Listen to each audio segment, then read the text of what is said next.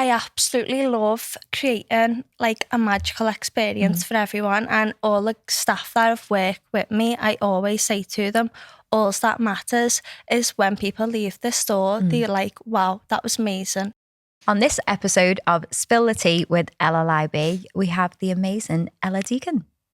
So can you share with our listeners a little bit more about your business and the aspects that set it apart? Yeah, sure. So I've got two businesses. I have TeePees Sleepy, which is an indoor children's teepee party company, and I've got Ella Bellas, which is a Pamper Parlour, which our main focus is Pamper parties, but we kind of offer such a variety now. We do like mum and me spa days, BFF spa days, Pamper parties is our main focus. We do character events. We've just started introducing weeknight yoga as well for the kids to come in and enjoy like a yoga bears session. So we've got an amazing yoga bears teacher coming and does that on a Wednesday evening. With the TeePees, I've tried to combine from just doing sleepover parties to now weddings and events. Oh. So last year I brought in a kids corner because I felt like there was something missing when like you're having an adult party, birthday parties and weddings. There's always kids running about, and it's always pull two chairs together and they can go to sleep on that. Yeah. So I thought, why not combine the two and put the TeePees in? So standard is 3 TeePees, and then they have a picnic display, and we done it for the 40th birthday party last year. And one of the little boys, I remember, I was actually at the party as well, and I remember his mum was walking past and he was sobbing, screaming, and she was like, oh no. And then an hour later he was asleep in the teepee. So it was amazing because it was like they could carry on the party, and then the kids were happy as well in the teepee asleep. Oh, that's perfect. Isn't that a genius idea? Yeah. I wish, and you're right about the chairs. That's the standard, isn't it? You pull two chairs together because we're not quite ready yet to go home. Yeah, definitely. I love that. That is genius. I really, really wish I would have known about something like that when I got married, or there was something like that around, because that is something we would have 100% gone for, because you're right. Children do, some people actually don't allow children to weddings and events, don't they, and things like that. And that's not me. I'm not that person, but I understand why they would say that. But with this, you can, you can bring absolutely 100%. So that's incredible. What inspired you then to venture into the businesses? So I first started TeePees Sleepy like coming up to 7 years now, and originally I was only 17 at the time. So I was on holiday visiting family in Australia, and my little cousin was having a teepee party, and I was like, I'd never even heard of it because it wasn't a thing at the time here. And when we were there, this woman came and started setting like indoor teepees up, and I was like, wow, like this is amazing. And my dad hadn't came with us. She hates flying. So I remember I FaceTimed him and I was like, Dad, look at this. And when I was younger, I was always working from a young age. Like I was a Saturday girl when I was 13 in a family friend's clothes shop. And I never, I went into dance a bit, and then I loved beauty, so I was always in and out with things. And I'd phone my dad and I was like, Dad, this is amazing, isn't it? And he was like, hey, get loads of pictures and bring them home, we'll set one of these up. So then when I got home, I'd just passed my driving test. And my dad started building these tents for me. So I started off with 4 TeePees, and I had 2 themes. And the first booking was in December. And I remember it, it was me and my friend, we first set it up together. And I was so made up. So obviously, as always, the bookings are far and few. And then it started to get bigger. And then the demand got more popular, and no one else at the time was doing it. So it was the first teepee company in Merseyside, probably further. But yeah, it was amazing. So I feel like I got in there at the right time. So then as we grew a little bit, I started to do more themes, and everyone would be like, oh, you don't need to do more themes, it's just a camping experience for kids. And I was thinking, no, these Liverpool mums, they want everything to a T. So I started trying to find new themes that we could do. And when I first started, I had a little course that I'd just pack my car up, and it needed to all be in a certain way to fit in, and everything was stored in my mum and dad's garage. And I'd come in when I'd have a book and I'd bring all the washing in, I'd have to wash it, and they'd be like, oh my God, move the stuff out. And then we got a bit bigger, I got more bookings, and I was still in sixth form at the time when I set it up. God. And I was working in a restaurant part-time. So I didn't really think that it would go anywhere. It was just like, just see what happens. But then it did get a little bit bigger, and I kind of like started putting more work into it. So then I had to upgrade to get a bigger car. So I grew out the Corsa. So I was like, right, what can I get? So I got a Ford C-Max, and all my mates were like, what is that? It's like a mobile. But I was like, you know not what? Quite the soft top that you wanted at 17. Hey, this mobile's making me money. Exactly. And the back seats used to come out of it, so I permanently never had back seats in it. I just had my seat and the passenger seat. Again, that all had to be packed a certain way. And I started doing Pamper parties alongside that, because I'd always loved like doing hair. I'd taught myself how to do braids years ago, and then I'd started doing like family friends, like weddings, like communions. And then I thought, you know what, I'll just put the two together. I'll add it as like a little add-on to the teepee parties. You know, parents are having these sleepovers, but then they're like, I don't know how to entertain the kids at the same time. So I added the Pamper parties into like doing the TeePees as well. So I'd go out, set the TeePees up normally in the morning, and then they'd book in for the Pamper parties. So it would just be me on my own, and sometimes there'd be like 8 to 10 kids. And now I think I do not know how I used to do it. Yeah. They would get the hair, the nails, the toes. I'd take like little, you know, washing up bowls and do pedicures, and I'd have all flowers in them, and it'd be gorgeous. But I'd charge like £10 for one kid, and I'd be there for about 4 hours, and I'd just arrive with my little vanity case. One time I was that bit, like I had that many kids, I'd said to my mum, will you come and help me? And she was like, yeah, that's fine. When she got there, she hadn't brought her glasses. So she was painting the kids' nails. She couldn't see the nails, and she didn't want to tell me until we got in the car. She was like, I forgot my glasses. I was like, it's fine, it's fine. So yeah, so that's kind of like where the Pamper parties came into it. So they ended up getting like really, really busy. You know, the teepee bookings were like coming in thick and fast. Again, just didn't expect it. And then it kind of ended up being more of a full-time job then for me. You know, it was just me. So I was putting everything into it, the social media, you know, the whole back admin, everything. Yeah. And then in 2019, towards the end of the year, kind of got an opportunity to open up a shop. So I thought it worked perfect, a Pamper parlour. I won't need to go mobile anymore. All my things can just be in the shop. Oh, and there's so much to be said for that, isn't there? Because we're a travelling business as well. So when you're talking about the cars, I'm like, oh, I know it. I just know it. And the setup is huge. Yeah. And one of the girls who works with us, she always says, you've not ran a session until you've sweated from your eyeballs, like literally your eyeballs, because you've lugged stuff in and out. And it's hard work. It's the thinking, oh my word, if I forgot something. Yeah. It's that constant fear. And so I got the keys in the February, and I had my dad and my uncle in there every single weekend, every hour they could. My mum, my auntie, scraping the walls. It was like an empty shell. I said what I wanted in there. I'm very particular. I like to have everything my own way. It's me. So I designed it all how I wanted. I said to them, like, this is like kind of what I'm thinking.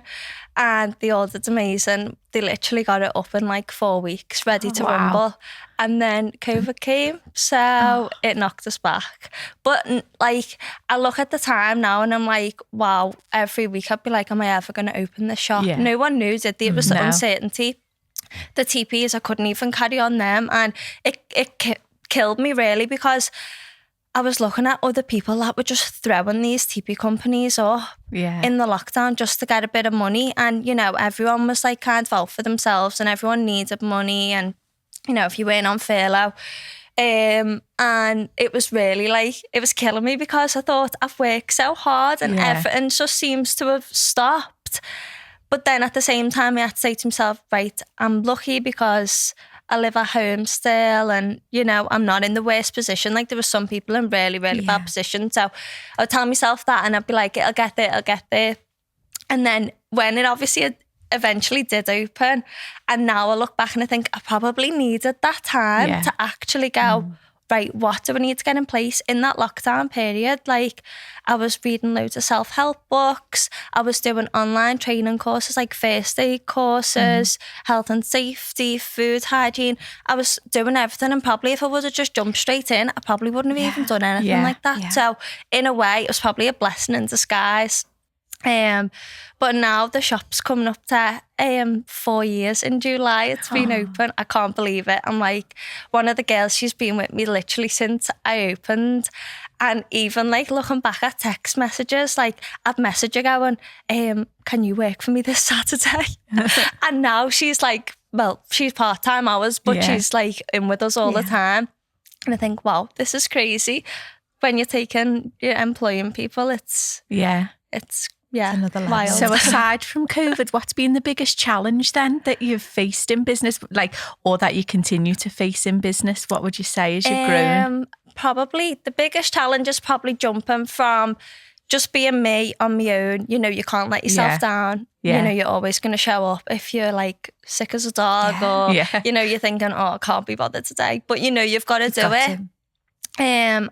To jumping from just being me to then obviously having staff. I think everyone says staff is the biggest challenge. Nobody can prepare for having staff. Like, I'm so lucky at the minute. The girls are absolutely gorgeous. I love them to bits. But no one can prepare yet. Like, the amount of times I have been around the kitchen table with my mum and dad, and I've sat there and I've gone, I can't do it anymore, and cried. And they're like, it's fine, you know. And my dad's always like, you know, no one's going to love it like you do. And I'm like, I know. And my mum and dad are like amazing. They're so supportive. So I couldn't do it without them. Like, you can hear that. So is your dad quite like entrepreneurial himself as well then? Because just with you saying before, I was in Australia and I sent a photo going like, you know, ding, there's that. If I had to send a photo to my dad going, ding, I've got this idea, to being like, well, you're bloody going to university and that's the end of it, because that's what the plan is, and that's what everyone does, and it gets you the pension at the end of it, so sod off. Like, that would be his thing. So is your dad quite entrepreneurial? Yeah, so he has got his own businesses, and he's always looking like, how can you make money? And he's so good with ideas as well. But then we're like chalk and cheese at the same time. He's got a certain way and I've got my way. And then sometimes it just comes together, and sometimes it's like, well, no, I want it this way. And I'm like, no, but Dad, like, this is actually the right way to do it. Your mum just in the background going, does anyone want to? My mum's just like, oh my God. But she's like really good with like, me marketing and my social media, or if I've got a little issue, I'll go, Mum, like, help me, what can I email these back? She's so good with all that kind of stuff. But yeah, my dad's very entrepreneurial. Oh, wow. So what do you find most fulfilling then about the actual work? So when you're at a party in the Pamper Parlour, or you're out and you're doing your TeePees, like, what do you find most fulfilling about that? I absolutely love creating like a magical experience for everyone, and all the staff that have worked with me, I always say to them, all that matters is when people leave the store, they're like, wow, that was amazing. Like, I love the kids come back all the time. Like, we've got loads of little regulars now, and I absolutely love them. And they all come in like, where's Ella Bella? And even when I'm not there, they ask about the other girls as well who've worked there for a while. But me most fulfilling thing is making sure everyone has the best time. Even if it's setting the TeePees up, I want people to think, wow, that was a really good experience, from booking to the setup to the takedown. I want it to be perfect.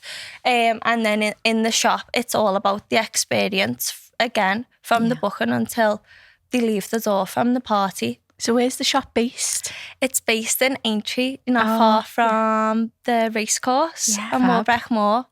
Yeah, so we were actually closed for the 3 days of the racing because the roads are just a nightmare. Yeah, too much. Yeah. Yeah. Did you go to the races? No, because I was working hard on the TeePees. I had a fully booked weekend, which in one way you're like amazed with. Yeah. But we were running around trying to dodge all the road closures as well. So we had 30 TeePees out and a wedding as well on in the Titanic. Wow. Yeah. So I'm always on the go. Yeah. Oh, so you've not got a C-Max now? Have you graduated? I have graduated. I have a Ford Transit van.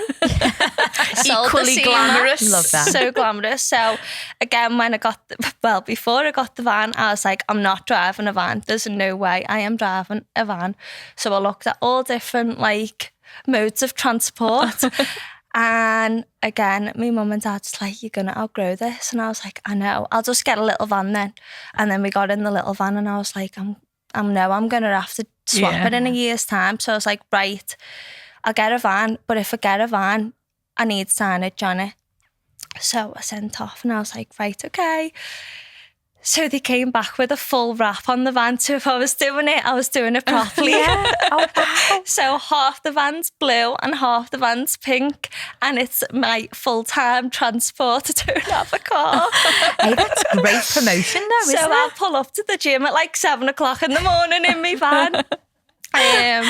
And everyone laughs at me. They're like, oh my God, I can't believe you drive a tranny van. And to look at you, you don't fit the tranny van mould either. I mean, like a little head bobbing about. But when I first got it wrapped, I obviously driving this big massive thing and I went into a multi-storey car park. I seen that there was nightmare anyway. Oh my God. I seen there was a van on the bottom of the car park and I thought I can get in here. I was in a big mad rush. So I pulled in the car park and as I'm going up the ramp it was just going like scraping and I was like, oh my God. So I slammed the brakes on. I was shaking and I was thinking I can't ring no one, I'm just going to cry. I just don't know what to do. I was sweating. I had to reverse all the way out this one-way exit right the way down the multi-storey. See, this is why I don't go in them. Oh, it's just avoid them. horrendous. The absolute fear. And I was thinking I've took the roof off the van. It's only a week old. It was absolutely okay. Wrapped. Yeah. It was and you fine, reversed but- out. Wow. Yeah. I know. That's some skills. What a woman.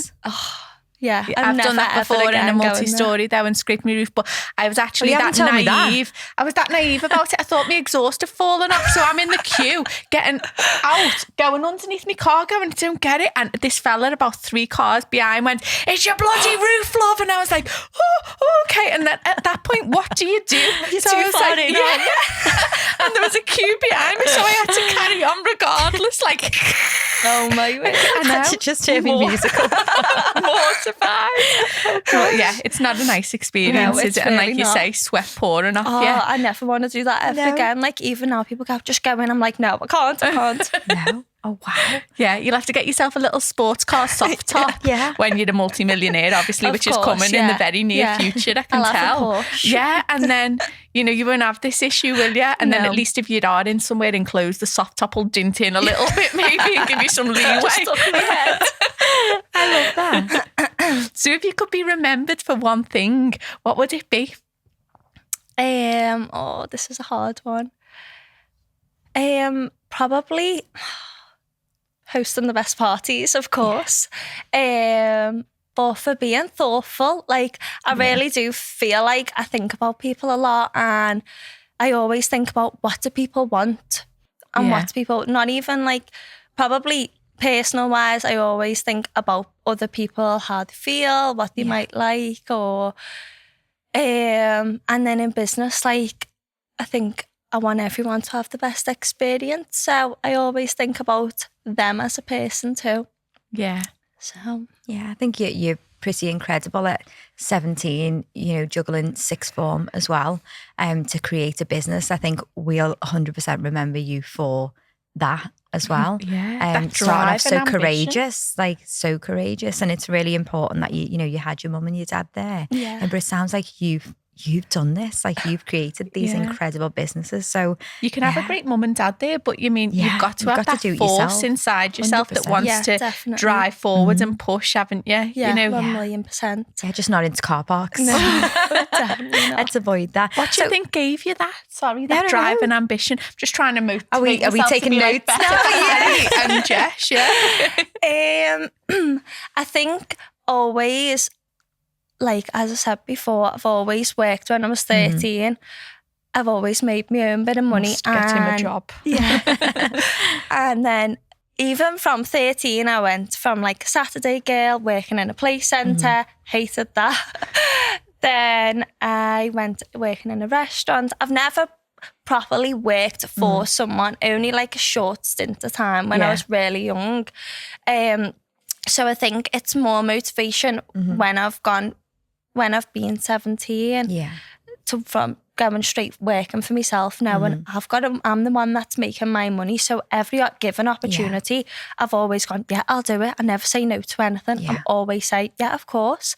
Like, it's crazy. Some even actually a school have a sleepover from us in Highton. Wow. They have like 27, 28 TeePees. And when she first messaged me, she was like, can we have TeePees from you? So I was like, yeah, sure. And she said, like, oh, there's like 20 odd, blah, blah. And I was thinking, oh my God, I had my dad and my boyfriend. I was like, gonna have to build these frames for me. I just said, yeah. So I've always been hungry for money. So that's probably like what's motivated me the most. And I've never ever wanted to let anyone down. I've always been so determined. So I think probably from a young age, my mum and dad have always said, you know, if you want to go on holiday and you want to buy yourself something, you've got to earn it yourself. So probably because of that, that's why I've been so motivated. That's amazing. Yeah, that is incredible. So if you could spill the tea with anyone, a nice cup of tea, who would you choose and why? I've been so hard thinking about this. Do you want a tea party as well? I probably would have a bit of a tea party. I'd probably have all my friends and my family around me and just like whiz off them like little Q&A with them all, I think. And also, I don't have like that one like famous person that someone says. I'd probably like ask like a business not a business director or someone like to like point, business mentor to like point me in the right direction, because I've never had that. I've always just gone with like what I think. So I think going forward, it would be amazing to speak to someone to be like, do you know what, you should try this, and this would be really like, do you do well from that as well? So what do you want for your business in the future then? Because I think you've got an incredible distance just by listening to yourself and your gut and knowing your audience and especially that Liverpool audience really well. What do you want and where do you see your business or yourself in the future? Great question. So I would love to build Ella Bella's, the Pamper Parlour, more as a brand. And I would absolutely love to have another shop in the future. Potentially, I'd have one in Liverpool. If I could pick, I'd have another Dream one big. like in the Liverpool area. My ultimate goal would be to have one in Dubai. I would absolutely love to have one in Dubai. Why not? And why not? I know. Work hard. Yeah. So that's probably where I see Ella Bella's. And the TeePees, my passion would be there to have another transit van on the road and have somebody else on the setups, because at the minute it is just solely me doing the setup still. So have that help there really and be able to take on more bookings and navigate that into getting into more schools and weddings and events, not just sleepovers every weekend in people's houses. So that's incredible. Sounds like an incredible But where plan. would you be? Where would you stay? Dubai or Liverpool? Where would you be based? I'm a home bird, you know. I love Dubai. Do you know, the only place I've been like quite a few places, and the only place where I feel comfortable is like where I could think, oh, I might live here, would be Dubai. But I think I'd have to do a month here, a month there, a month here. And that's doable as well. I mean, when you're a multi-millionaire, why not? Like private jetting it over there. Love that. With your TeePees to sleep in. Yeah. Love that. Amazing. Thank you. Imagine playing TeePees. There you go. There you go. You can have that one. I know, My brain's like that taken away now. So on our podcast, we ask a very important question at the end, and it's all around how you make your perfect cup of tea. So let's set the scene. You're at a gorgeous event. You've set it all up. It's a lovely tea party, and your guests ask for a cup of tea. How do you make it? Well, I struggle with this one because I am only a green tea drinker or coffee. We get some of them, don't we? Yeah, some of them. One of them. And normally when people come, like, well, say I was at the event, I like crumble because I don't make, everyone's that fussy with the tea, aren't they? And I think you make a wrong cup of tea, and everyone's fuming. Your reputation sticks, doesn't it? Fumes. Yeah. But if I was making a cup of tea, which you're probably going to hate, I put the water in on top of the tea bag, and then I'd put the milk in, and then I'd take the tea bag out. Of course you would. Oh, never You've got mind. that entrepreneurial mindset. That's it. Just do it. Get it done the right way, the first way. Yeah. That's the right answer. I feel done. like that's cutting corners and speed, which isn't a good That's what we do as business planners. That's what our business is. Don't out us. I love that. Thank you so much. you. You are a so team, much for Claire, having which us is as well. amazing. But thank you so much for being an incredible, such a breath of fresh air and an I inspiration. can't wait to see where your business goes, and I can 100% see it in Dubai. Absolutely. 100%. Maybe you at home making the cup of teas the right way, but then maybe other people managing it in Dubai for you. That'd be amazing. Oh, thank you for having me. Well done. Thank you. Thank you.